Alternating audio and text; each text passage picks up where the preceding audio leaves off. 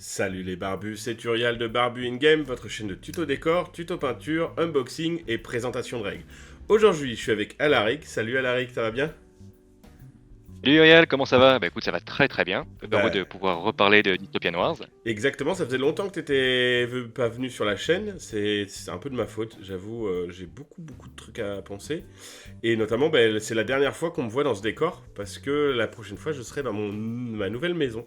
Voilà, donc je reste à Gif. Mais je pars un peu plus haut. Et c'est pour ça aussi que j'ai pas fait de vidéo. Ça fait un mois que je galère à faire des vidéos, j'avoue. C'est très compliqué pour moi. Et alors parlons-nous de Bon toi. courage. Parce que j'ai vu que tu allais te balader sur quelques chaînes YouTube comme les dingues de jeux.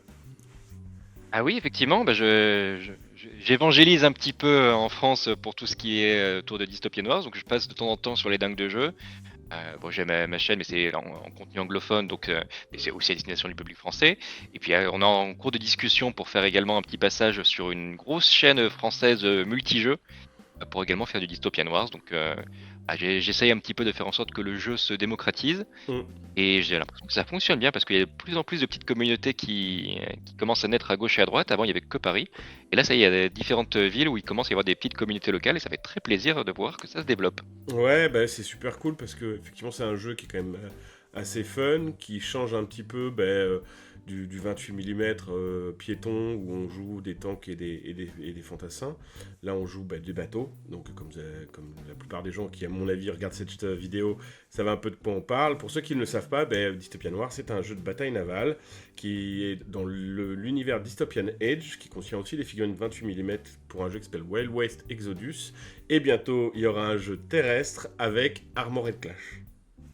Ah, ça, on l'attend avec grande Ah là impatience. là là Ça arrive là. très très bientôt. Bah ouais, parce qu'en plus, il faut savoir que le 15 mm ou le 10 mm, c'est mon échelle à moi.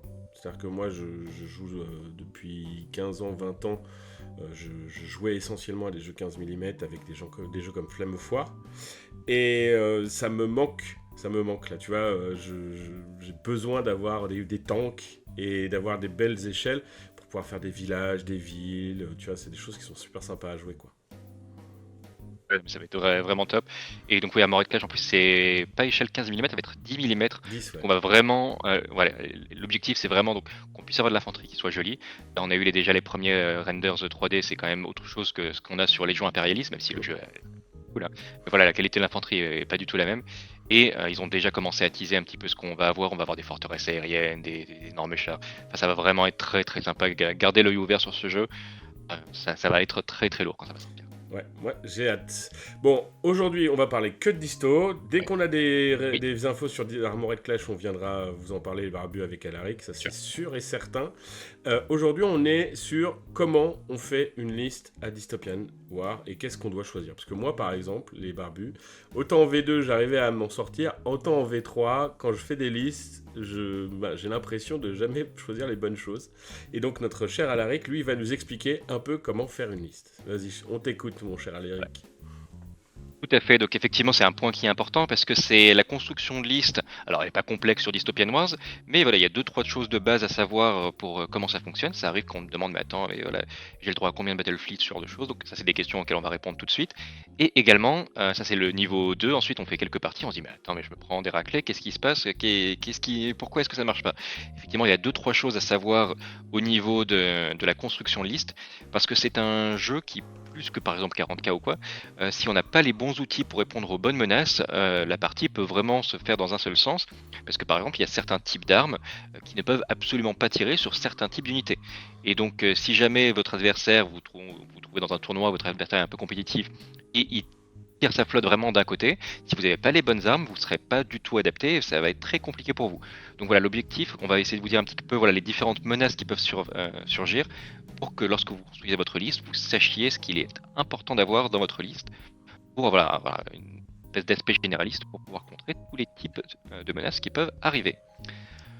Donc, première chose à laquelle on peut parler, c'est les Battle Fleet, puisque c'est ça le cœur de la construction de liste sur Dystopian Wars. Exactement, Est-ce on que tu veux doit... nous faire un petit peu la base des Battle Fleet, Uriel? Oui, en fait, chaque début de votre liste, quand vous allez prendre 2000 points par exemple, vous allez devoir choisir à chaque fois une battle fleet. Dans une battle fleet, vous avez forcément ce qu'on appelle un flagship, donc c'est un navire amiral, qui va être le maître de cette battle fleet. Et dans cette battle fleet, vous allez avoir des choix possibles.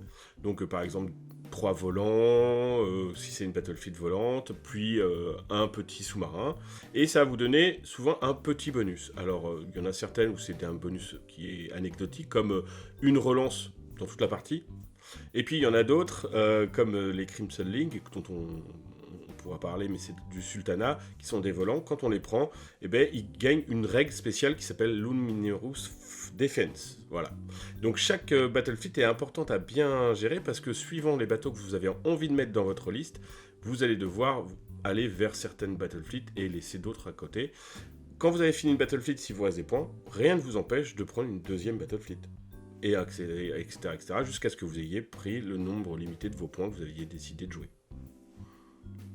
Tout à fait. Donc c'est ça qui est intéressant à savoir. Ça, c'est une question qui revient souvent, c'est voilà, est-ce que je peux prendre plus d'une battle fleet? Et ça, la réponse est oui. Il est tout à fait possible de prendre plusieurs battle fleets. Vous pouvez prendre 5, 10 battle fleets si vous voulez, si vous avez les points. Il n'y a aucune limite à ce niveau-là. Effectivement, parfois les bonus sont anecdotiques et parfois ils sont très intéressants. Oui. Pour ceux qui jouent un petit peu à Conquest, parce que je sais que tu fais du Conquest, c'est un petit peu le même principe que sur Conquest. C'est-à-dire que tu as un personnage, entre guillemets, qui va être ton navire amiral, qui va débloquer différents slots d'unités. Tu pourras débloquer ensuite derrière. Et tu peux tout à fait juste prendre ton navire amiral et un petit navire obligatoire avec, ou tu peux remplir tous les slots et avoir du coup moins de battle fleet. Donc ça c'est le premier point qui est à noter. On va pas faire toutes les factions, toutes les bonus de chaque battle fleet. Non, y en a beaucoup, en général, ça peut être, voilà, il y en a beaucoup, il y en a quelques-uns qui sont récurrents. T'as des petites choses qui sont par exemple des relances, bon, ça arrive. T'as 2 qui sont quand même très structurants comme bonus et qu'il faut prendre en compte. Un premier qui est très, très commun qui s'appelle Valorous Conduct, qui fait que tu vas pouvoir une fois par tour faire un effet spécial qu'on appelle des valeurs effects, où normalement tu dois dépenser des cartes qui vont de 1 à 60. Et plus ton chiffre est élevé, plus c'est difficile à contrer. Et il y a même certaines capacités qui demandent un niveau minimum. Et cette capacité Valorous Conduct va te permettre de, peu importe le numéro qui est sur ta carte, c'est minimum 50. Et ça, c'est c'est en général important. Et quand vous commencez à faire des parties régulières, voire du tournoi, c'est important d'avoir au moins une capacité de Valorous Conduct dans votre flotte, parce que c'est vraiment quelque chose qui va vous apporter beaucoup de stabilité dans votre jeu de cartes. Parce que Dystopia Noir, c'est aussi un jeu de cartes, au niveau des objectifs, des capacités, etc. Et avoir une Valorous Conduct, c'est extrêmement avantageux. Et si vous avez ça avec que votre adversaire ne l'a pas, ça va vraiment vous donner un gros avantage au niveau du jeu de cartes et de la supériorité que vous pourrez avoir à ce niveau-là. Là, il y a énormément de flottes qui l'ont dans toutes les factions. Voilà. Énormément de flottes qui l'ont dans toutes les factions. Et donc c'est toujours important et très bien d'avoir au moins une capacité de Valorous Conduct. Je dirais que c'est la capacité la plus intéressante et la plus importante, hors cas particulier comme les Crimson Link dont on parlait. Voilà. Mais hors cas particulier, c'est vraiment Valorous Conduct, c'est la meilleure chose à avoir. Deuxième point qui arrive très souvent, c'est ce qu'on appelle Strategic Reserve. Et ça, c'est très intéressant parce que ça peut débloquer des gameplays. Strategic Reserve, ça vous permet de faire en sorte que les unités de cette Battle Fleet qui sont dedans, lorsque vous les mettez en réserve, vous pouvez automatiquement considérer que votre jet de réserve pour faire rentrer vos unités soit une réussite du niveau 5 sur 6. Ce qui fait que vous ne serez pas là vous serez pas là au tour 1, mais par contre ça vous garantit que toutes les unités de cette Battle Fleet vont arriver au tour 2 en réserve, peu importe votre résultat de jet de dés. Donc c'est bien. C'est très risqué voilà, c'est ça, c'est important. C'est très risqué de jouer avec des réserves sans ce bonus, parce que sinon vous êtes vraiment dépendant d'un jet de dés pour faire entrer vos unités. Vous avez le risque, si vous n'avez vraiment pas de chance, que vos unités viennent pas du tout de la partie. Et ça vraiment, ça vous permet de débloquer ça, sachant que pour toutes les factions, leur bonus, enfin la Battle Fleet générique, qui est la plus permissive, où ça vous dit juste mettez un flagship de la faction et mettez un peu ce que vous voulez et ça passe. Le bonus de ce type de faction Battle Fleet, donc la Battle Fleet générique, et que si c'est votre deuxième Battle Fleet au moins, donc pas la première mais la deuxième, vous pouvez dire que tous les navires de cette Battle Fleet ont Strategic Reserve. Qui fait que, par cette façon, peu importe entre guillemets ce que vous avez dans votre faction, vous avez toujours un moyen assez sécurisé d'avoir un accès, peu importe vos navires, à Strategic Reserve. Ça c'est pas mal, du coup on a une flotte principale et on a les renforts qui peuvent arriver grâce à ça. Exactement. Si on veut commencer à jouer, alors c'est compétitif, on va dire, c'est un truc qui est très très efficace parce que forcément pouvoir arriver, c'est un jeu de mouvement Dystopian Wars et de positionnement. Donc pouvoir dire, moi je suis pas là au tour 1 et j'arrive à peu près où je veux au tour 2, même si c'est des bords de table, c'est quand même une capacité qui est très très forte. Donc effectivement, c'est quelque chose qui est à prendre en compte, toujours, et c'est les deux bonus principaux, Valorous Conduct et Strategic Reserve, il faut toujours regarder. Après, il y en a quelques-uns qui dépendent des factions, mais on ne va pas rentrer trop dans le détail aujourd'hui. Non, c'est pas le but. Dernière chose à savoir sur les Battle Fleet, c'est qu'il y a, c'est de plus en plus le cas, il y a ce qu'on appelle des Battle Fleets principales, et des Main Battle Fleets, et des Battle Fleets spécialistes. C'est quelque chose qui a été mis en place assez récemment pour éviter que les gens fassent des flottes full aériennes ou full, enfin des choses vraiment, des navires qui sont supposés être du soutien, et des gens qui faisaient des flottes entières de ces navires un petit peu spécialistes, parce que vraiment en compétitif, c'est quelque chose qui peut prendre l'ascendant et qui du coup force l'ennemi à avoir forcément les bonnes armes, sinon il est un petit peu désarmé. Oui. Donc pour éviter ça, à partir du moment où vous avez deux Battle Fleets, et attention, c'est pas le cas si vous n'en avez qu'une seule, à partir du moment où vous avez deux Battle Fleets, pour chaque Battle Fleet spécialiste que vous avez, il vous faut une flotte main, une flotte principale pour la débloquer. Vous pouvez avoir autant de flottes principales que vous voulez, mais vous pouvez pas avoir de flotte spécialiste sans avoir l'équivalent en flotte principale. Un petit peu, encore une fois, comme Conquest, comme on a des mainstay et des restricted en termes d'unité. C'est le même principe. Oui, et puis Et encore une fois, entre les factions, les Battlefleets sont à peu près toutes les mêmes. Il va y avoir des changements de bonus, comme on disait, dans vraiment des cas très spécifiques. Mais vous allez trouver dans le Commonwealth une frontline, dans le Commonwealth un support, etc. etc. Ben, vous aurez les mêmes en Krone, vous aurez les mêmes en Antarctica. Il n'y a que les flottes vraiment, les Battlefleets très spécifiques qui, elles, vont changer. Voilà. Donc vous savez, ça. quand vous avez joué avec une faction, après, refaire une Battle Fleet avec une deuxième faction, ça coule de source. Tout à fait. Sachant que voilà, selon les factions que vous avez, ils n'auront pas tous les mêmes main battle fleet et les mêmes spécialistes. Par exemple, le Commonwealth, qui dans le fluff joue très peu avec les avions, les porte-avions, etc. Du coup, leur flotte de support, qui est menée par un porte-avions, est une flotte spécialiste. Même chose pour la flotte italienne avec les porte-avions. Donc c'est des choses qui sont à prendre en compte. Encore une fois, pour éviter que les gens achètent une seule boîte et qu'ils se rendent compte, bah zut, c'est un spécialiste, je veux pas jouer. Bah, si vous jouez une seule Battle Fleet, même si c'est un spécialiste, c'est pas grave. Par contre, voilà, dès que vous commencez à arriver à 1500 ou 2000 points, qui est le format un petit peu standard de jeu, là vous allez commencer à avoir normalement 3-4 Battle Fleet.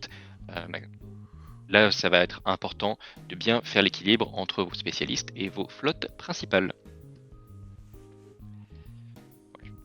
Si c'est clair, on peut passer au point suivant. Moi, je pense que c'est très clair. Allez, point suivant. Point suivant. Du coup, les patrons. Alors ça, c'est encore une fois quelque chose qui n'était pas là en tout début du V3, mais qui a été ajouté pour donner un petit peu de profondeur tactique. Les patrons, ce sont... déjà, c'est facultatif, ça c'est le premier point à dire. C'est-à-dire que si vous débutez le jeu, ne prenez pas de patron, ni pour vous, ni pour votre adversaire. Ce sont des règles supplémentaires que vous pouvez mettre. Et c'est en fait, c'est un petit peu votre amiral, la personne qui un petit peu soutient votre sous-faction. On va dire que c'est des sous-factions. Et ça vous donne des bonus. Ces bonus vont être plus ou moins grands. Et en fait, comment est-ce que vous allez payer ces patrons? C'est qu'en fait, en début de partie, au tour 1, vous allez donner des points de victoire à votre adversaire en fonction du patron que vous avez. C'est-à-dire qu'il y a des petits patrons qui vont vous donner, qui vont juste donner un point de victoire à votre adversaire. Ça peut être un tout petit bonus, une petite règle en plus. Et vous avez vraiment des patrons qui vont vraiment structurellement changer la façon dont vous jouez votre armée. Et là, vous pouvez donner jusqu'à 3 points de victoire à votre adversaire. Dès le début de la partie, vous n'avez même pas posé vos figurines, il a déjà 3 points d'avance. C'est des choses qui peuvent être très très... Voilà, c'est ça. Non, mais selon les patrons, ça peut être vraiment des bonus vraiment très structurants et c'est des choses assez uniques. Ça peut vraiment vous débloquer des gameplays. Je pense par exemple aux Prussiens qui ont un patron qui permet de mettre une unité en réserve stratégique gratuitement et de lui donner la capacité de popper n'importe où. Ça, il y a certaines unités qui vont vraiment en bénéficier. Ou je pense par exemple à Napoléon pour les Français, qui vous donne vraiment tout un tas de règles. Alors il coûte un peu cher Napoléon, mais ça va vous donner des règles type discipline qui vous permet de faire des meilleurs éperonnages. Vous allez pouvoir tirer plus facilement même si vous êtes en train de brûler.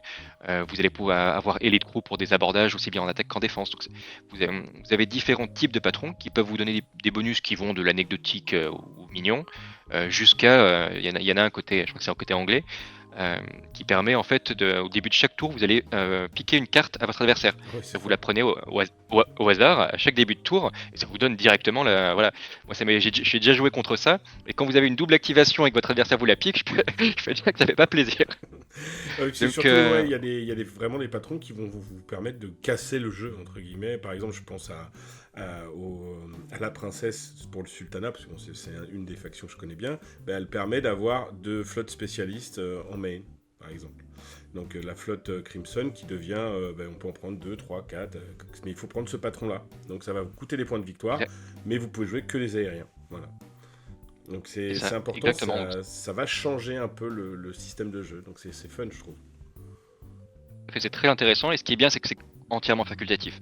C'est-à-dire que voilà, même si vous faites des tournois, il peut y avoir des tournois où ils disent non, pas de patron, parce que c'est un niveau de règles supplémentaire que vous pouvez mettre dans votre jeu, et c'est très bien pour du narratif de se dire voilà, parce que chaque faction, il y a entre guillemets, il y a un patron gentil qui est plutôt sympa, et l'autre qui est plutôt en train de tirer les ficelles dans l'ombre. On va pas rentrer trop dans le fleuve de Dystopian Wars, mais pour ceux qui savent, voilà, il y en a qui sont affiliés à Alex, qui est une sorte d'entité extraterrestre, un petit peu façon Ouais. conspiration à la X-Files. Et donc voilà, si vous êtes dans le côté narratif, ça peut être très très fun de jouer avec des patrons au fur et à mesure et de faire des petites parties à thème comme ça avec vos amis. Donc, voilà. Une chose à savoir, patron c'est sympa, mais c'est C'est facultatif, facultatif. donc attention. Alors, Voilà on rentre pour la dans le base, vif du rien de plus sujet. compliqué. Voilà, ça c'est vraiment, c'était juste pour vous dire un petit peu comment on construit les flottes. Et maintenant, ce qu'il faut savoir, c'est, voilà, vous avez fait votre petit test, vous avez fait une partie ou deux, et vous savez comment construire vos flottes, les patrons, les battlefields principales, hein, et vous dites, ok, bah, qu'est-ce que je mets dans ma flotte pour pouvoir jouer. Et ce qu'il faut savoir, c'est que il y a tout un tas, en fait, Dystopian Wars, c'est un jeu où il y a différents types de gameplay qui sont possibles, et ça peut être vraiment très, très varié. C'est pas que des navires où on imagine, voilà, quand on se bataille navale, on pense à des croiseurs qui vont se mettre côte à côte et qui vont s'envoyer des broadsides. C'est pas que ça, Dystopian Wars, loin de là, Ah il y oui. a vraiment tout un tas de types d'unités différentes, et du coup, il faut être prêt pour pouvoir gérer différents types d'unités. La première chose, et ça c'est quand même le truc le plus structurant que je donnerais, c'est qu'il faut avoir 2 types d'armes qui sont importantes. Et si vous les avez pas, voyez pour refaire votre liste pour les avoir. Premièrement, il va vous falloir des armes de type submergé, donc submerged. C'est le truc très important, parce que si votre adversaire sort une liste full sous-marin et que vous n'avez pas ça, ça va être très très compliqué. Donc les submerged, ça va être toutes les unités type vraiment type sous-marin, ça peut être aussi des Des gros calamars géants, des robots. trucs comme ça, mais voilà. Voilà, ça peut être des choses, mais voilà, c'est tout ce qui est sous l'eau. Et en fait, les navires sous-marins, premièrement, ils sont complètement, de façon permanente, immunisés aux armes de type aérienne, type roquette, type bombe, etc. C'est-à-dire que si vous ne sortez que des lance-roquettes, vous ne pourrez jamais tirer sur un sous-marin, ce qui est un petit peu logique en termes de fluff. Donc, faites bien attention à ça. Les bombes moins, mais les Et, roquettes, oui, ça me paraît plus logique. Ouais. Parce que les ouais, bombes, tout à fait. Et les, ouais, mais les bombes ont souvent le trait, enfin ça dépend lesquels. Les bombes ont souvent le trait aérien aussi, ce qui fait que les deux se combinent un peu moins. Et du coup, les sous-marins ont aussi la capacité de faire donc un tour sur deux, ce qu'ils appellent les deep dives, donc les plongées en eau profonde, qui fait que voilà, ils sont plus du tout même à la surface de l'eau, ils sont vraiment en profondeur et vous ne pourrez plus du tout les viser avec aucune arme, sauf les armes qui ont le trait submerged. et ça, C'est c'est une énorme bien protection. parce que c'est un retour à la V2, tu sais, on en parlait tout à l'heure, hors caméra. Oui. Mais effectivement, le deep dive et le cloud diving, c'était des choses qu'il y avait dans la V2 et qui étaient super intéressants. Et là, ils le remettent et je suis très content parce que je trouve que ça amène une option tactique. Alors, certes, quand on deep dive, on a moins d'options, mais ça permet de temporiser un peu, de se dire je vais aller chercher les objectifs. Là, j'ai pas besoin de me battre, il vaut mieux que je fasse le dos rond. Et ça, c'est vraiment intéressant, je trouve. Exactement, les sous-marins en avaient bien besoin parce que niveau défense, c'était pas la folie. Ils sont assez fragiles en termes d'armure, ce qui est logique, hein. Euh, mais voilà, ça leur donne vraiment le fait d'être immunisé à toutes les armes sauf ça, c'est très bien, sachant que quand ils sont en deep dive, ils peuvent pas non plus faire d'actions autres que des actions submerges. Donc ils peuvent qu'envoyer les torpilles. Certaines unités peuvent, typiquement les japonais peuvent encore envoyer leurs espèces de sous-marins à distance. Mais voilà, ils sont vraiment, c'est un petit peu un tour en pause, ils vont envoyer leurs torpilles. Il y a certains sous-marins qui font qu'envoyer des torpilles, donc ils sont très contents. Mais voilà, il y en a d'autres qui vont ne plus pouvoir faire grand-chose. Donc voilà, c'est aussi un choix pour votre adversaire. Mais il faut toujours garder vous, quand vous construisez votre liste, l'idée de se dire, ok, ben, si mon adversaire deep dive, est-ce que j'ai des armes pour le forcer à sortir? Ou est-ce que non, il est immunisé et je peux rien faire? Ça peut être un choix aussi. Il y a des armées qui sont plus fortes que d'autres où j'ai des torpilles. On pense aux Crown qui sont très très forts en termes de torpilles. Ah oh, oui. Mais Mais voilà, toujours garder en tête que c'est bien d'avoir au moins 2 sources de torpilles, enfin d'attaques submerged dans votre flotte, parce que c'est très très commun cette règle deep dive. Ça c'est le point pour les submerged. Et deuxième point qui est important, c'est l'équivalent. Des unités qui sont de type aérienne. Et c'est moins difficile de tirer sur les unités aériennes, elles ont moins ce côté immunisé, mais elles ont quelque chose qui est très très embêtant, qui est qu'en fait, quand on leur tire dessus, déjà ils sont immunisés aux torpilles, aux armes submergées, etc. Bon, c'est logique pour le coup. Logique, ouais. Et voilà. Il y a un peu moins des armes submergées, donc c'est moins grave. Et surtout, toutes les armes, quand on leur tire dessus tout le temps, ils sont considérés comme étant une portée plus loin. C'est-à-dire que s'ils sont à bout portant, ils sont considérés comme étant en closing, etc. etc. Donc ça va être un petit peu difficile à vous pour le gérer si vous n'avez pas d'armes qui sont fortes à ce qu'on appelle la portée longue, donc long range, ou à portée extrême, extreme range. Donc voilà, c'est important de garder des armes de ce type-là parce que c'est sans ça, vous ne pouvez pas gérer efficacement les aériens. Vous aurez envie de tirer dessus parce que forcément c'est possible, mais vous ne serez pas à bonne portée et du coup vous allez gaspiller votre puissance de feu. Et les flottes full aériennes sont des flottes qui sont assez fortes compétitivement en ce moment depuis un petit moment, justement grâce à cette règle. Donc il faut que vous ayez les options pour gérer des navires aériens. Typiquement les roquettes sont des bonnes armes pour ça. C'est pas les meilleures armes du jeu, mais contre des aériens c'est bien, parce que entre guillemets peu importe la portée, quand vous tirez sur des aériens vous serez dans votre meilleure portée. Et certaines factions ont des armes différentes qui sont plus ou moins efficaces. On pense évidemment aux railguns du Commonwealth qui sont excellents pour gérer les aériens. Et voilà, chaque faction a plus ou moins des bonnes armes. Mais si vous tirez juste dessus à la broadside, déjà la broadside vous ne pourrez pas tirer dessus.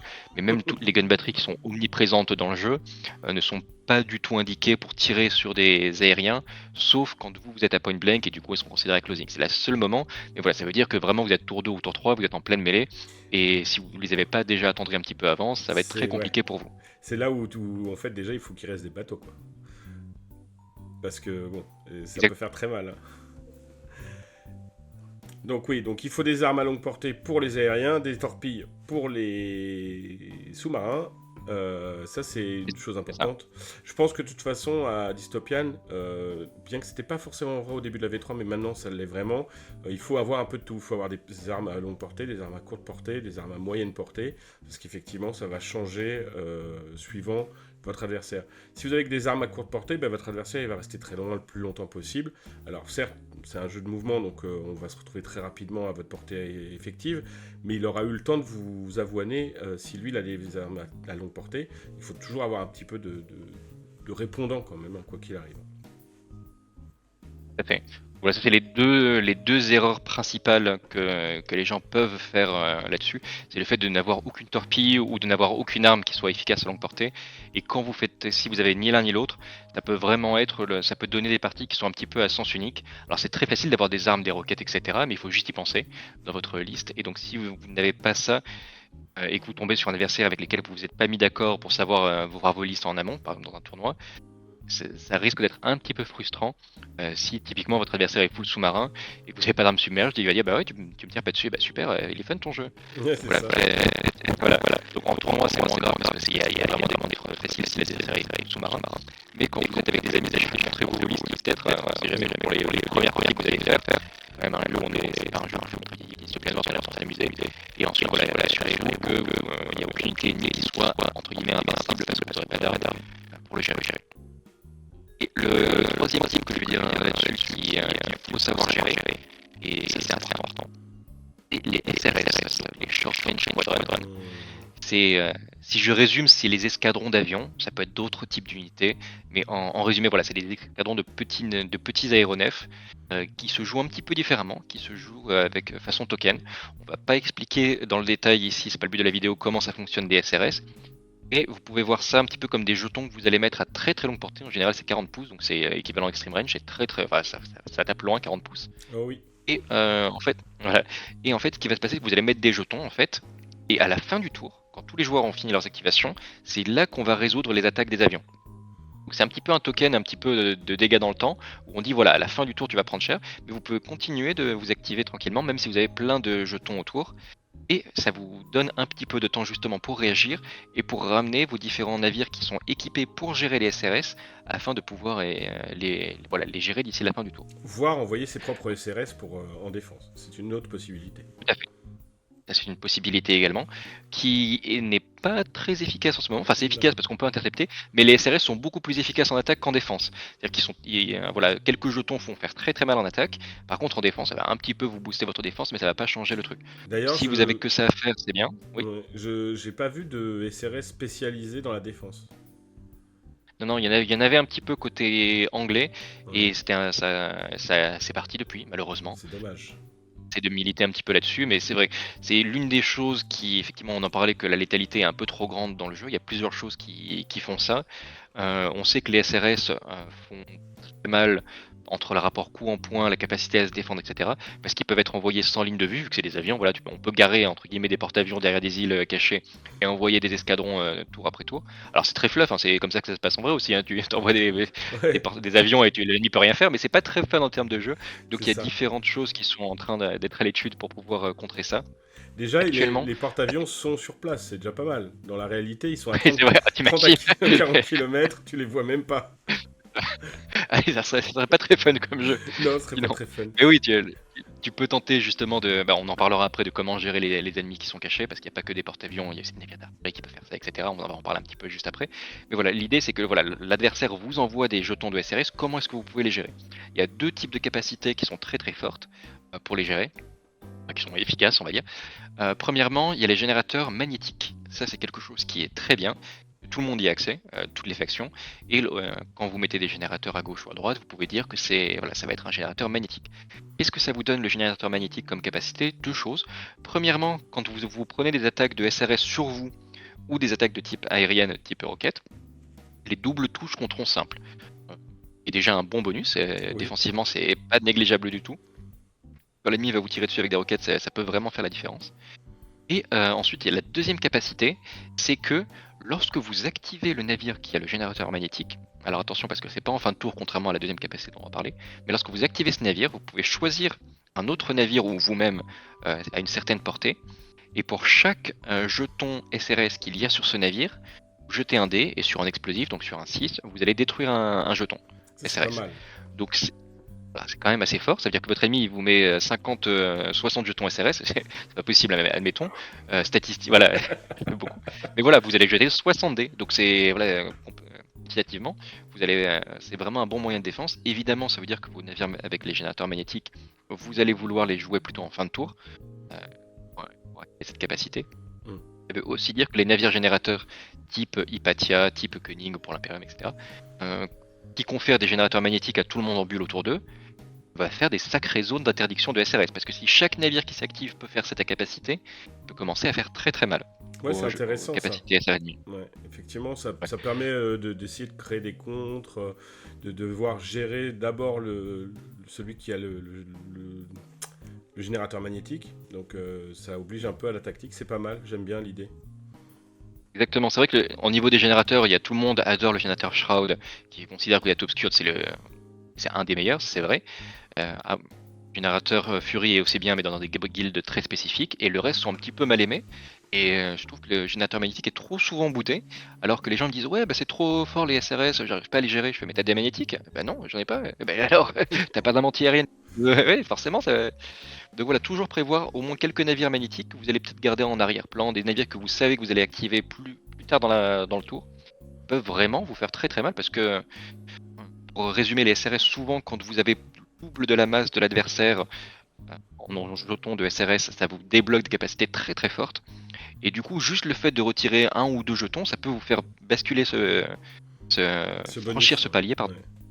Exactement, et du coup, ça peut vraiment réduire fortement la capacité d'attaque de l'adversaire. Et tout le monde a accès au magnétique. Quasiment tous les navires y ont accès, donc Ouais, c'est n'hésitez pas à intéressant, en bah, je prendre vais quelques-uns. tester ça moi. Je vais tester le magnétique, Ouais, je te dirai ce que ça vaut. important. Et la deuxième capacité, qui est un petit peu dans le même style, c'est le flag barrage. Il y a de plus en plus de navires qui y ont accès, notamment les nouveaux mercenaires américains. Tout le monde a flag barrage 4, 5, c'est assez énorme. Donc comment ça fonctionne? Là, pour le coup, c'est en fin de tour. Voilà, oh là là, cette flotte-là, ce flagship, magnifique. Mais je pensais pas Franchement, qu'elle était aussi grosse la boîte. Ah oui, mais tu verras la taille du Destiny en vrai, c'est incroyable. C'est horrible. Voilà, c'est. J'espère que tu feras un petit vidéo du Simca d'habitude. Ouais, Peut-être que ouais. ça va être Et puis j'ai envie de les peindre Voilà, voilà. en bleu métallique. Pour une fois, je vais essayer du métallique. Ah oui, Parce que je voudrais faire du bleu métallique complètement sur toutes les bateaux. Ça va être c'est sympa. une bonne idée. Pas le sujet, mais le métallique sur les navires de Pinot, ça se peint très vite Ça va, et c'est ça beau. se peint très bien. Voilà, Moi, je ça fais rend que du très, non très bien. métallique, mais Ouais, j'essaye de donner un aspect métallique. Donc voilà, c'est. ouais, ça rend bien. Mais voilà, pour ceux qui veulent peindre facilement et rapidement et que ça a quand même un bon rendu sur table, là, regardez un petit peu les flottes de Zongo qu'on a dans les rapports de bataille sur ma chaîne. Ouais, ça rend Il bien. le Hein. peint ça en 2 secondes et ça rend très très bien.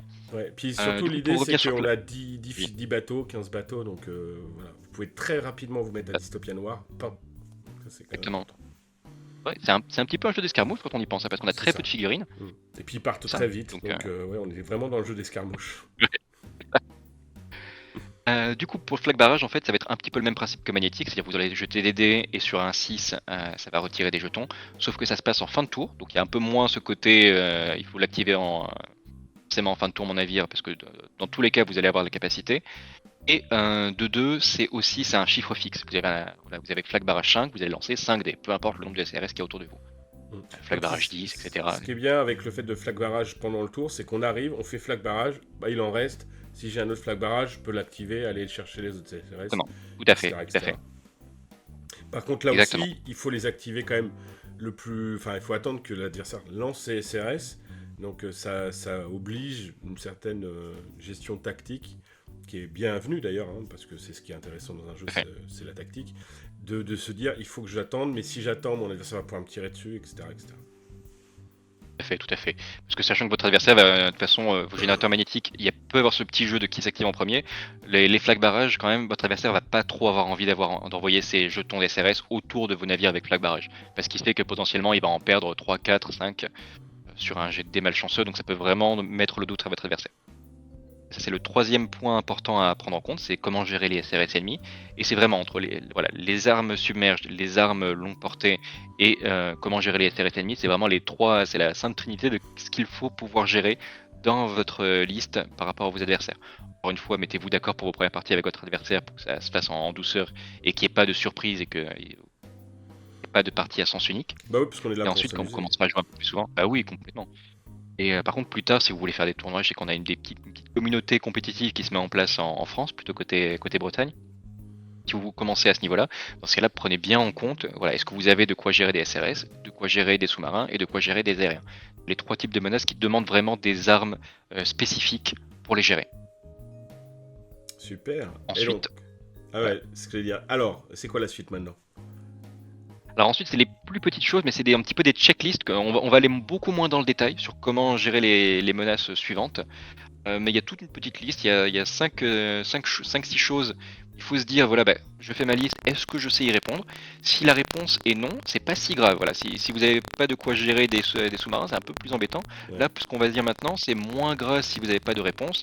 Si dans les 6 cas, vous dites non, bah, c'est quand même peut-être un problème. Mais voilà, vous pouvez en laisser passer un ou deux et c'est moins grave. Premièrement, on parlait des réserves qui peuvent arriver dans votre dos. Ça, c'est quand même important d'avoir une façon de répondre à des ennemis qui arriveraient dans votre dos.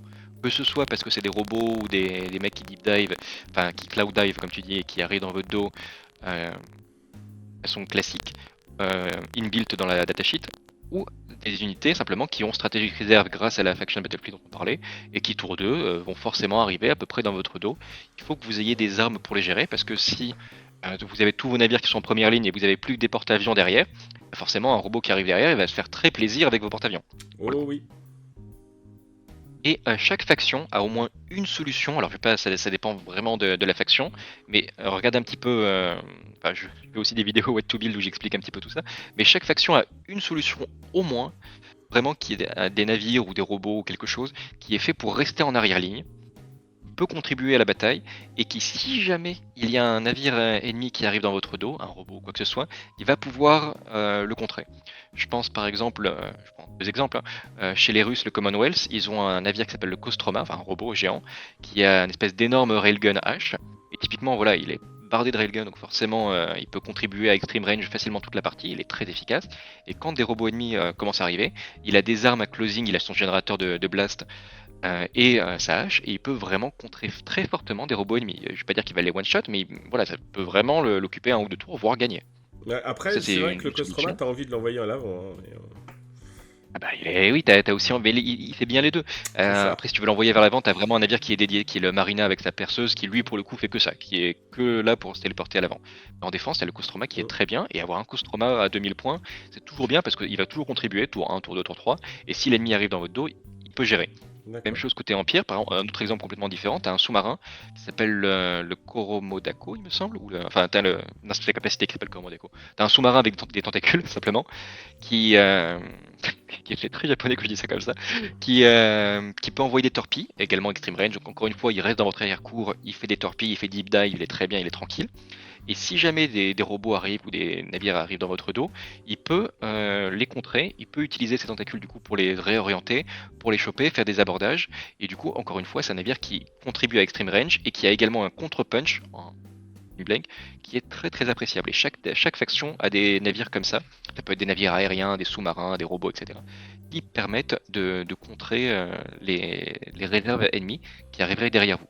C'est toujours bien d'avoir ce type d'armes. Encore une fois, si vous jouez à 750 points, à 1000 points, c'est pas obligatoire. Mais dès que vous commencez à arriver à 1500 ou 2000 points, c'est bien d'avoir ça dans votre petite besace pour Ouais. gérer. Ou sinon, il faut avoir tout qui soit parti tout à l'avant, et c'est plutôt compliqué à faire quand même. C'est pas impossible de jouer sans porte-avions ni rien. Je pense aux Scandinaves qui font ça très bien. Enfin, il y a quelques factions Ouais, les qui va Égyptiens bien, les aussi. Égyptiens aussi.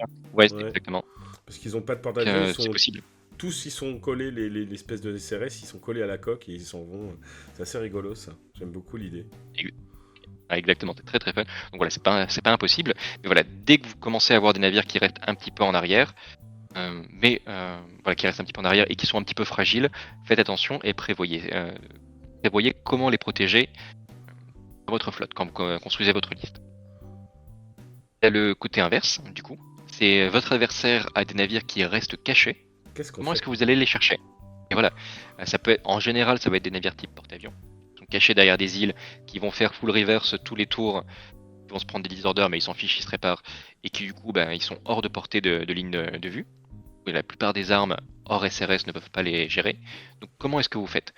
Bon, on va aller rapidement maintenant parce qu'on a parlé de ces trois options. Option numéro 1, vous envoyer vos propres avions dessus, que les avions n'ont pas besoin de ligne de vue, donc ça peut être tout à fait une stratégie correcte pour les gérer. Deuxième option, vous avez tout ce qui va être vos propres réserves, vos robots, vos unités qui peuvent arriver dans le dos de l'ennemi pour gérer ces ennemis qui sont cachés. Vous avez aussi des navires d'artillerie, je pense Sultana par exemple avec les canons qui ont des armes qui peuvent tirer sans ligne de vue. Ça peut être efficace aussi. Et enfin, troisième point qui est intéressant à savoir, c'est des unités aériennes à extreme range. Parce que les unités aériennes, sauf si à avoir des îles volantes ou des nuages ou quoi que ce soit, des décors aériens, les unités aériennes voient par-dessus les îles. Mm. Donc voilà, si vous avez des sous-marins, des skimming, etc., vous êtes bloqué par les îles. Par contre, vos navires aériens n'ont pas ce problème de ligne de vue. Donc, et sachant que 95% du temps, vous allez jouer sans île aérienne, parce que c'est quand même un peu compliqué à construire, et là, même si c'est très joli, c'est-à-dire que les porte-avions, la navire artillerie ennemie, etc., vont être bloqués de vos navires de surface, mais pas des navires aériens. Donc, là pour le coup, selon les factions, il y en a qui sont plus ou moins bien lotis. Je pense au Crown qui peut se faire des navires aériens full torpille, et là forcément ils vont se faire plaisir avec les porte-avions cachés ennemis. Le Commonwealth, donc les Russes, ont des navires railgun aériens, donc là encore une fois, ça peut taper très très fort. Et voilà, il y a certaines factions qui sont beaucoup moins bien loties là-dessus. Je pense aux Français par exemple, l'Alliance. Oui, tout à fait. Il y a des sorties tous les mois, il y a au moins 2 boîtes par mois qui sortent pour Dystopian Wars. Et puis on sent effectivement, que Warcradle, il veut que tout le monde ait ses aériens, tout le monde ait ses sous-marins, tout le monde ait ses surfaces. Donc là, on a quelques petites différences. On a plus de skimming d'un côté, plus de sous-marins de l'autre. Mais vous avez de tout. Et donc du coup, si vous avez envie de jouer de l'aérien chez les Français, pour l'instant c'est pas possible. Mais bientôt ça le sera, j'en suis certain. Parce que c'est vraiment la volonté de Warcradle de se dire qu'avec n'importe quelle faction, on peut faire n'importe quelle liste. Enfin, c'est comme ça que je le ressens. Peut-être que je me trompe, mais je trouve que c'est comme ça plutôt en ce moment. En fait, tu as bien raison. Alors, n'importe quelle nation, peut-être pas, parce qu'en fait, il y a les grandes factions Oui. type Alliance, et dans l'Alliance, il y a les Français, les Italiens, les Portugais, les Sud-Américains, les Espagnols, etc. Donc, chaque nation a sa spécialité un petit peu. Les Espagnols sont full aériens, par exemple, comme les Coréens chez l'Empire. Mais Mm. par contre, chaque macro-faction, type Imperium, type Covenant, etc., peut faire un peu de tout. Faire de l'aérien, peut faire du submerged, etc., etc. C'est effectivement l'objectif, c'est que tout le monde puisse à terme, chaque macro-faction puisse faire un peu de tout selon ce que vous voulez, même s'il faut changer de nation parfois pour le faire. Et dans le pire des cas, vous avez des mercenaires qui peuvent vraiment C'est vrai. couvrir ça. Vous voulez voilà, vous n'avez pas d'aérien, bah, vous prenez les mercenaires américains ou sultanat qui sont full aériens, et bah, super, ça couvre évidemment vos besoins. Effectivement, si on veut jouer français avec de l'aérien aujourd'hui, on peut, mais avec des mercenaires, effectivement, C'est ça. c'est une bonne réflexion. Et sachant que chaque nation, en vrai, chaque nation a au moins, enfin, chaque macro-faction a au moins une solution pour très très bien aller chercher les navires cachés. C'est pas forcément des aériens extreme range comme on vient de parler, comme pour le Crown, mais par exemple l'Empire a pas ça, navires aériens extreme range, ou là très peu. Par contre, ils ont d'excellents robots, les espèces de calamars géants, qui sont des menaces absolument terribles et qui peuvent one-shot des gros porte-avions. Donc voilà, selon la faction que vous jouez, vous avez différentes solutions pour aller chercher les porte-avions ennemis. Les Américains ont une bonne unité maintenant, qui est une espèce de robot géant avec un énorme réacteur qui va extrêmement vite avec un marteau géant et qui peut traverser la table et aller foutre des coups de marteau sur les porte-avions ennemis.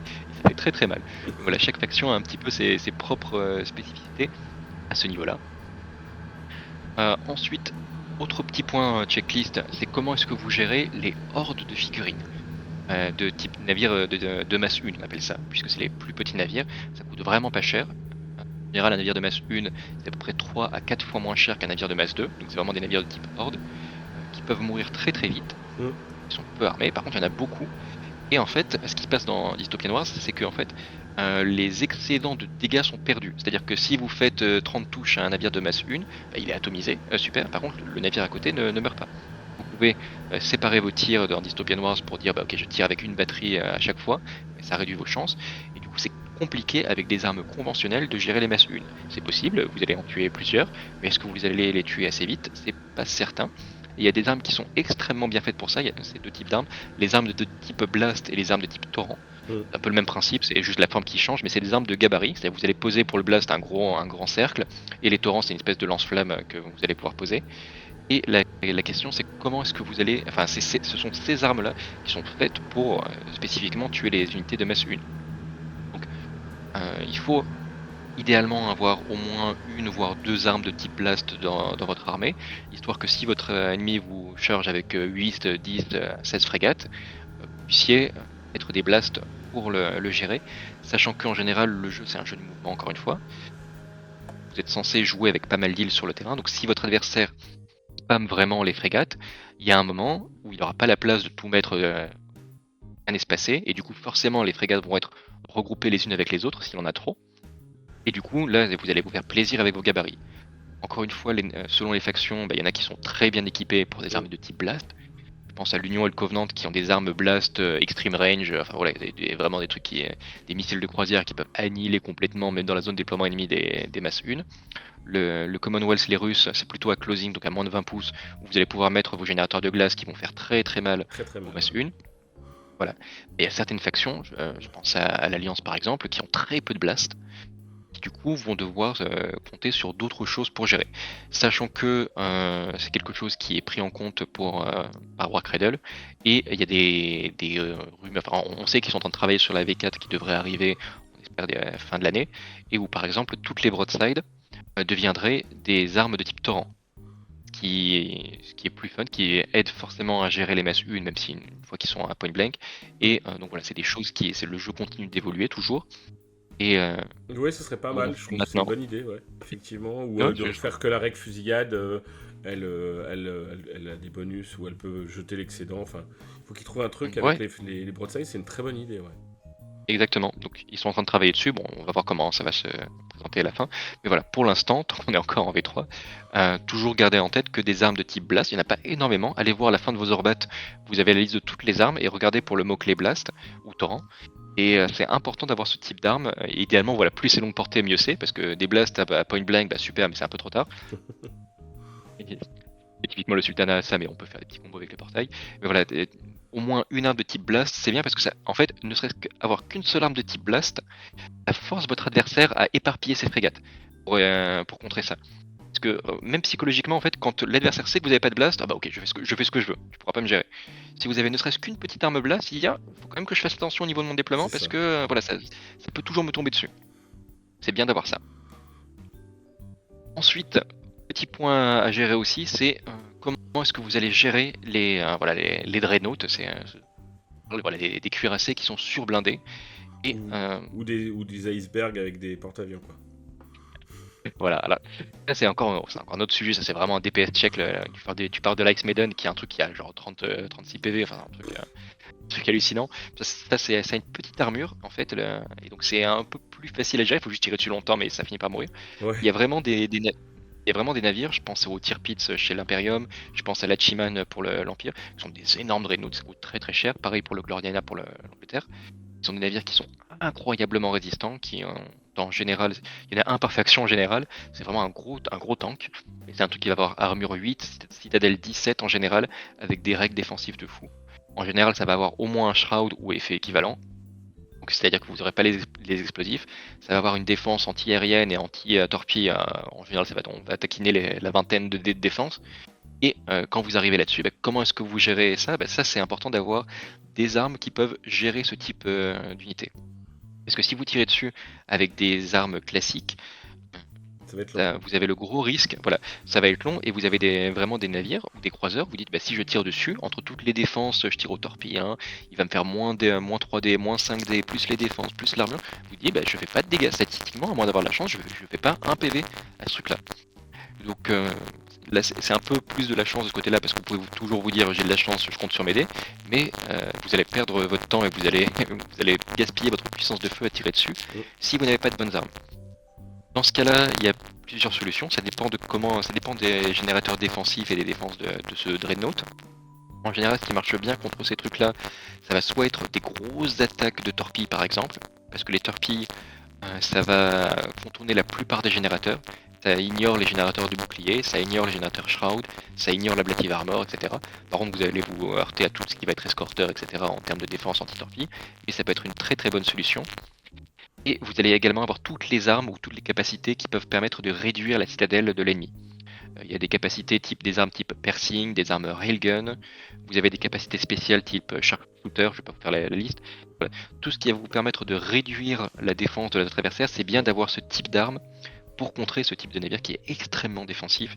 Et où si vous tirez dessus à la roquette, alors c'est même pas la peine, mais même à la gun batterie, vous pouvez vous dire, entre tous les générateurs défensifs qui peuvent empiler, ça peut vraiment être très très compliqué pour vous si vous n'avez pas d'armes pour le gérer. Encore une fois, c'est possible de l'avoir avec le temps, donc c'est moins un truc comme les sous-marins en deep dive où vous dites juste j'ai pas d'armes, c'est interdit de tirer dessus. C'est juste que ça va être très très peu efficace si vous n'avez pas les bonnes armes.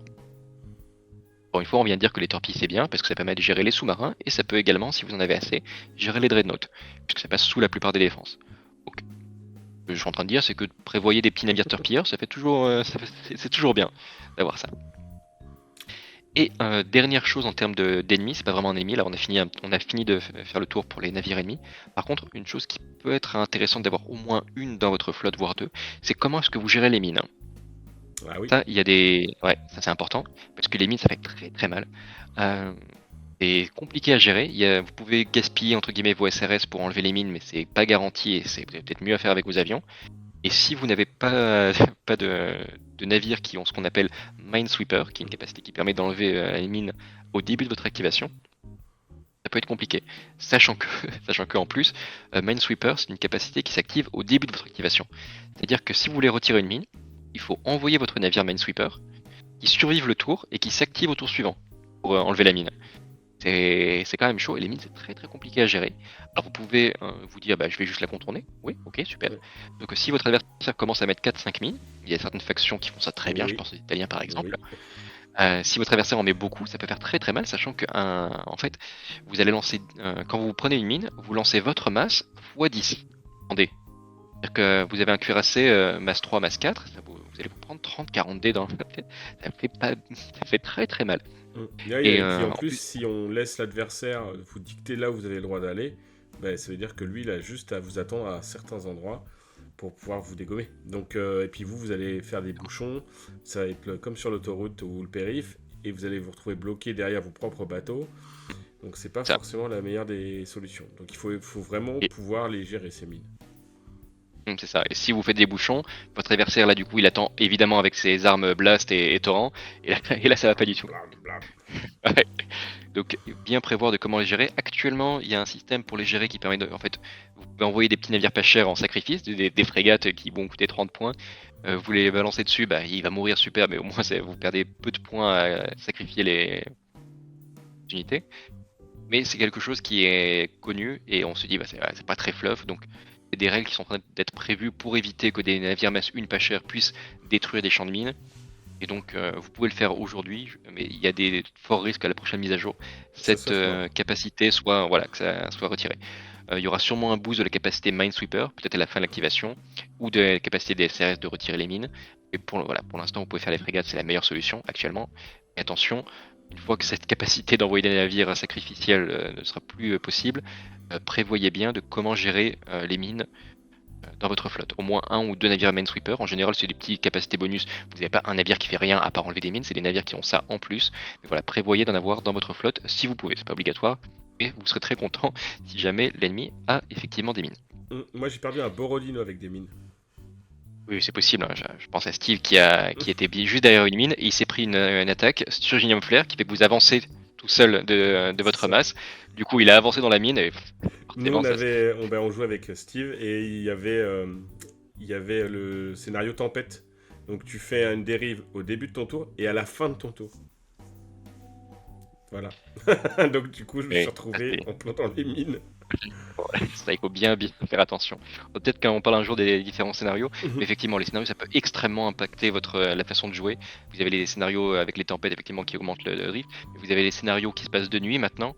En fait, tant que votre navire n'a pas tiré, il est considéré comme caché et donc Oui, il est obscur. Et donc ça change énormément et du coup, ça mène encore plus l'emphase sur les unités de SRS ou les unités d'avant-garde qui peuvent éclairer les unités ennemies. Donc là, selon les scénarios, forcément, ça va dicter votre méta et vous ne ferez pas votre liste de la même façon, évidemment.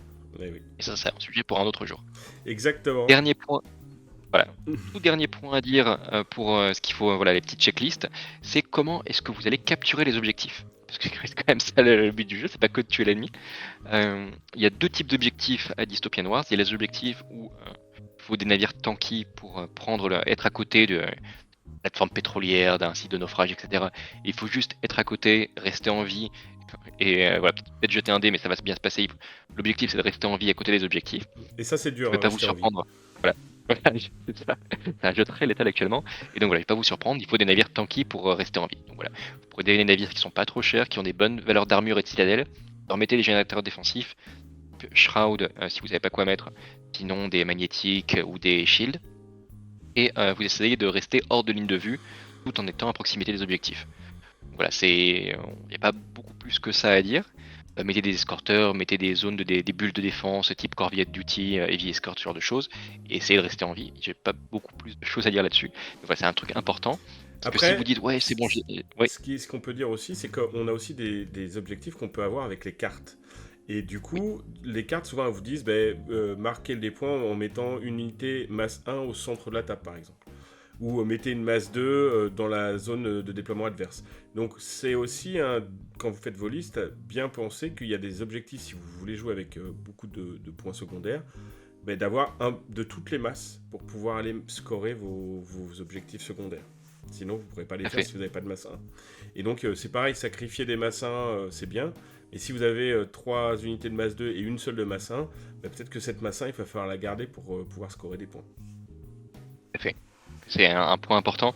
Je t'avoue que dans la pratique, nous on se rend compte que souvent les cartes, on veut les garder pour faire des valeurs effect ou utiliser des valeurs.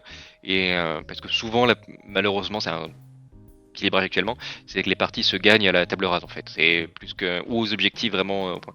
C'est beaucoup d'efforts, le fait de mettre les objectifs avec les cartes, pour finalement assez peu de points que tu vas gagner. Et c'est des voilà, ça faut vraiment se plier, alors que les objectifs de mission, vraiment, rapportent beaucoup plus de points que ces objectifs secondaires. Et vu que souvent, en termes de contre, pour les valeurs effect, ça se joue souvent à la dernière carte, Oui. et plus pour l'initiative, etc. On s'est rendu compte, alors c'est peut-être la méta parisienne qui fait ça, mais on s'est rendu compte que souvent c'est très très rare d'utiliser les cartes pour les gagner des points, parce que t'as trop besoin de cartes pour les valeurs effect, pour l'initiative, pour ce genre de choses, et pour contrer l'adversaire qui va faire ses valeurs effect. C'est vrai, Mais c'est effectivement c'est un bon point. c'est vrai que pour l'instant, les cartes d'objectifs, moi j'ai fait 2-3 parties où vraiment ça a eu une importance, parce qu'on a réussi à ne pas s'éliminer l'un l'autre. Mais c'est vrai que la plupart du temps, ça se finit, nous on joue comme ça, mais ça se finit plutôt à bon, ok, t'as gagné, il n'y a plus rien sur la table, t'as gagné quoi. Gros. Oui, c'est ça. Si vous table rasez l'adversaire, ça se dit la partie se termine et vous gagnez plus 5 points. Et souvent, de plus 5 points, c'est quand même. À moins que l'adversaire vous était en train de vous dominer, et c'est quand même bizarre si jamais vous le table rasé. Plus 5 points en général, ça vous met bien et vous gagnez. Donc, voilà pour les différents points pour savoir qu'est-ce qu'il faut savoir faire. Ah si, dernier point, ça c'est pas le cas actuellement, et avoir des unités qui ont la capacité landing vessel, pour pouvoir débarquer des jetons terrestres sur des îles. On a eu un petit teaser sur les règles, savoir comment ça va marcher, mais en résumé, ça fonctionne un petit peu comme les SRS, c'est-à-dire quand vous êtes à proximité d'une île, vous pouvez mettre, quand vous avez cette règle landing vessel, donc navire de débarquement, vous pouvez mettre votre masse en jetons sur l'île. Vous êtes un navire de masse 2, vous mettez 2 jetons pour chaque navire masse 2 sur l'île pour contester l'île. C'est des jetons qui vont être sur place, ils peuvent s'affronter entre eux, ou vous pouvez les bombarder. Il y a certaines armes d'ailleurs qui sont meilleures contre les unités terrestres, etc., etc. Et du coup, il y a certains scénarios où en fait le seul moyen de gagner des points, c'est d'avoir des troupes terrestres, plus de troupes terrestres que l'ennemi, sur des îles. Et du coup, forcément, si vous n'avez pas de navire landing vessel, c'est compliqué. Alors, ça en général, je pense que même si vous allez en tournoi ou quoi, ça va être vous serez prévenu de savoir s'il y aura des scénarios de type débarquement ou pas. Parce que c'est des navires, là pour le coup, c'est des navires spécifiques qui ont cette règle en général. C'est des navires qui sont vraiment dédiés au transport de troupes. C'est rare des cuirassés qui ont cette capacité spécifique. Du coup, moi j'ai l'impression, peut-être que tu as plus d'infos, mais on avait eu un jeton où on avait des petites buggies sur du sable. C'était. Oui, tout à fait. C'était Sultana et Union, c'est ça? Exactement. Ouais. Si vous voulez ces petits buggies, c'est dans la boîte qui vient de sortir là en mars d'ailleurs, le Merchant Convoy, donc le convoi marchand. Vous avez ces petits jetons terrestres génériques avec des petits buggies effectivement de transport, et chaque faction a ses propres jetons terrestres. Par exemple, on a dans la boîte des Indiens côté Crown, on a les tanks Crown, donc les navires terrestres, enfin les forces terrestres du Crown, qui sont en gros, c'est les chars anglais de la Première Guerre mondiale, mais version dystopia noire. C'est des mâles et femelles, c'est des MK. Ouais, c'est ça. Et c'est ça, c'est les DMK exactement, et des MK5. Et du coup, vous avez ça vous allez avoir ça pour chaque faction, et du coup, c'est moins important si vous faites des parties génériques d'avoir ça, parce que du coup, vous ne l'utiliserez pas. Et prévoyez, si vous construisez vos navires, etc., que vous prévoyez vos achats, d'avoir quelques navires qui peuvent avoir cette règle-là. Parce que si vous faites des scénarios de débarquement, c'est important d'avoir des navires qui peuvent envoyer des troupes sur l'adversaire. C'est ça. Si ça fait partie du scénario, il vaut mieux les avoir, quoi. Bon, c'est top ça, tout ça. C'est pas mal, ça nous permet d'avoir vu. En tout cas, ça m'a bien aidé à avoir une vision de la chose. Après, on n'a pas parlé des petits tricks, genre il faut avoir un support quand vous avez des unités qui ont une arme limitée ou des choses comme ça. Mais ça, on pourra toujours revenir dessus si on veut faire une autre vidéo un peu plus poussée. Oui, là c'est plus dans le détail, effectivement. Il y a tout ce qui va être combo, que les buffs que tu peux mettre en bulle autour de toi, etc. etc. Les navires, il y a plein de choses à dire. Dystopia Noir, c'est un jeu qui a beaucoup de petites règles, et ce qui fait que j'ai quand même envie de dire aux nouveaux joueurs qui commencent, ne faites pas comme ce qu'on a fait là pour les dingues de jeu là récemment en live, où on a mis un peu de tout pour vraiment essayer de montrer au maximum à la caméra ce qui était possible. Mais du coup là il y avait un joueur qui débutait et qui disait mais attends, mais c'est quoi toutes ces règles? Parce qu'en fait chaque navire va avoir ses propres petites règles, et donc c'est bien d'y aller en douceur, de commencer avec des navires un petit peu simples. Typiquement les starters 1 joueur sont très bien pour ça, parce que c'est des navires un petit peu basiques. Il va y avoir un cuirassé, quelques croiseurs et des frégates, qui vont en général être un petit peu la base de la faction, vraiment les trucs tout simples, sans trop de règles spéciales. Et c'est bien de commencer avec ça pour découvrir le jeu, parce que le jeu, voilà, vous compreniez qu'est-ce que c'est les armes, comment je link, etc. Et ensuite vous aurez l'occasion de vous amuser un petit peu avec les unités un peu plus exotiques, et qui peuvent se téléporter, avoir des trous noirs. Mais je pense que même ouais, les starters de faction ils sont bien parce qu'on a de la surface essentiellement, donc on joue de la surface, on prend bien ses marques avec la surface, on a un peu de tous les armes, mais ça reste quand même, il y en a 5 types, donc ça va. Et puis après, vous pouvez aller vous amuser à acheter du support avec des porte-avions, puis après des supports avec des sous-marins, puis après avec les aériens. Mais essayez de rester sur la surface au début, vraiment déjà, il y a 1000 choses à faire et vous allez vous éclater. Et en plus, si vous commencez déjà par les trucs exotiques, quand vous allez commencer à Oui. jouer, c'est dommage quoi. Donc commencer par la surface, c'est mieux, c'est plus simple, puis en plus le jeu est calibré pour la surface. Hein. Donc n'hésitez pas, Clairement. puis après vous rajouterez les choses. Tout simplement, prenez votre temps. On n'est pas pressé.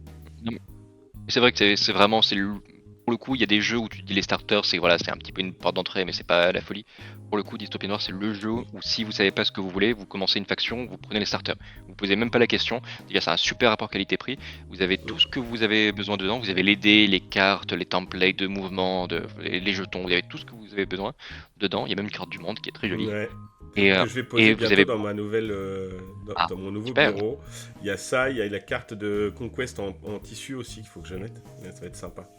Ouais, il y a Et ça va vraiment être moi j'ai trouvé que les starters ou même les boîtes, en fait, à chaque fois que vous avez une boîte avec une fleet, ce qui est intéressant, c'est que comme vous avez plein d'options possibles, vous allez jamais vous retrouver avec des bateaux en disant ouais, celui-là il est pas off, je l'utiliserai jamais. Je l'ai acheté pour le reste, mais celui-là jamais je l'utiliserai. Pour l'instant, j'ai jamais eu ce ressenti, je sais pas pour toi. Et si, complètement, mais c'est Ouais. vrai. Alors, une autre chose qui est bien avec Dystopia Noir, c'est que c'est une petite boîte qui fait ça. C'est Warcradle, mais il y a l'équipe de développement de jeu est assez petite, et du coup, ils sont vraiment très à l'écoute de la communauté. Et c'est vrai que, moi, comme je suis Warhost, ce qui est l'équivalent de Vanguard chez Conquest, et ce qui fait qu'on peut vraiment remonter, mais vraiment même en direct, limite en MP, à l'équipe de développement, pour leur dire, hein, mais ça marche pas bien, mais attends, hein, on a les Orbat un petit peu en avance en bêta, et du coup, l'idée qu'on s'est dit et tout ça avec tous les Warhosts, c'est que chaque navire, vous aviez une raison de le jouer. Il n'y a pas une option qui soit meilleure que d'autres. Qui se disent, bah oui, moi typiquement je fais des vidéos là-dessus, et je leur ai dit, je veux pas arriver à une vidéo et leur dire, ok, bah voilà les 3 options, mais si vous voulez être compétitif, c'est l'option 1 qu'il faut faire, et le reste c'est pour le narratif. L'idée c'est que chaque navire, effectivement, chaque variante a une petite règle qui fait que bah, si voilà, il est meilleur que les autres à ce type de truc. Donc voilà, plutôt à distance, plutôt en soutien, etc. Et effectivement, vu que c'est très très réactif, il y a eu une époque où les règles ont beaucoup changé, et je sais qu'il y a des gens qui ça leur a fait un peu peur de voir tous les Orbats se succéder.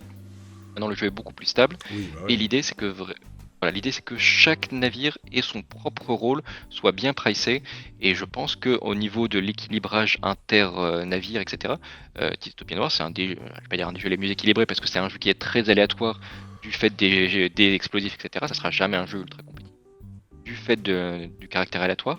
Par contre, je pense qu'en termes de répartition et d'intérêt de chaque navire, effectivement, tu n'as jamais de cas, contrairement à certains jeux où tu te dis, ouais, bah, cette unité-là, on la verra jamais parce qu'elle est moins bien, etc. Chaque unité a vraiment son intérêt et sa petite capacité spéciale et fun qui fait que on se dit, bah oui, j'ai envie de la jouer et de voir comment ça va se passer. À part, bon, les flagships, c'est encore différent, mais moi j'ai joué contre 3 joueurs différents de l'Union, par exemple, et ben ils avaient jamais les mêmes bateaux, Oui, à part les parce que c'est ça. flagships. Donc c'est vraiment intéressant. Alors après, maintenant avec les volants, on retrouve toujours les petits escorteurs, qui sont maintenant devenus, je dirais, mandatory, je sais pas comment on le dit en français, mandatory Oui, obligatoire. obligatoire dans l'Union, parce que c'est tellement utile, bref. Mais pour les masses 2, je trouve que vraiment il y a ce côté où chacun va jouer un truc qui pour lui semble plus sympa, plus fun, plus joli. Donc là par exemple, moi j'ai créé mes bateaux volants Sultana. Moi j'ai choisi les Nasr parce que j'ai trouvé magnifique. Peut-être que quand je vais jouer contre quelqu'un d'autre qui joue Sultana, il aura totalement flashé Sûr. sur un autre bateau et ça c'est cool quoi. Bah, c'est ça, mais tu prends l'exemple, voilà, c'est un bon exemple. C'est des bateaux qui se ressemblent beaucoup visuellement. Il y a l'arme principale, la citadelle qui change. Et tu as un navire qui est vraiment un navire de fond de cours à torpille, etc. en arrière-plan. Tu as un navire, ton naceur, là, qui va être plutôt anti-aérien et plutôt un brawler milieu de table. Et t'as le Muharib qui va être un truc qui se téléporte chez l'ennemi et va faire des abordages, etc. dans la zone ennemie.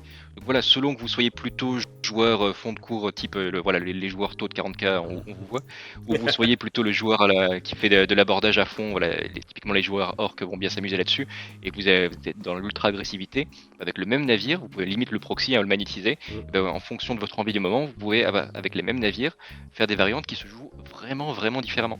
Ça, c'est un des avantages de Dystopian Wars. C'est aussi très facile à magnétiser, parce que c'est fait pour les tourelles, c'est fait pour, même sans glu, sans C'est aimant, ça, moi changer les variantes très facilement. je mets pas les tourelles et j'ai jamais eu de problème.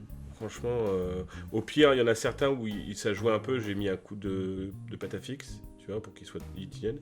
Et en Ouais. fait, je change tout le temps mes tourelles et ça passe très bien. Après, pour la coque, je sais qu'il y avait des gens qui magnétisent beaucoup sur le Discord de Dystopian. On voit, il y a des gars, ils ont de l'or dans les mains. Parce que moi, je pense que je détruirais tout, j'en aurais marre. Je jetterais tout à la poubelle, je mettrais le feu à ma baraque. Oui. Bon, bah, les barbus, je trouve que c'est une bonne conclusion. J'espère que cette vidéo vous a plu. Si vous voulez qu'on continue sur le sujet, si vous voulez qu'on aille un peu plus loin, qu'on creuse sur les tricks, comme on disait tout à l'heure, n'hésitez pas à nous le dire dans les commentaires et à Larry qu'on le réinvitera sans problème à venir faire une petite vidéo avec nous. Bon, du coup, si vous n'êtes pas abonné à cette chaîne, n'hésitez pas à vous abonner, activez la cloche de notification pour recevoir les alertes de nos futures vidéos. Quant à moi, les barbus, je vous dis à très bientôt pour une prochaine vidéo et que le poil soit avec vous. Salut à tous.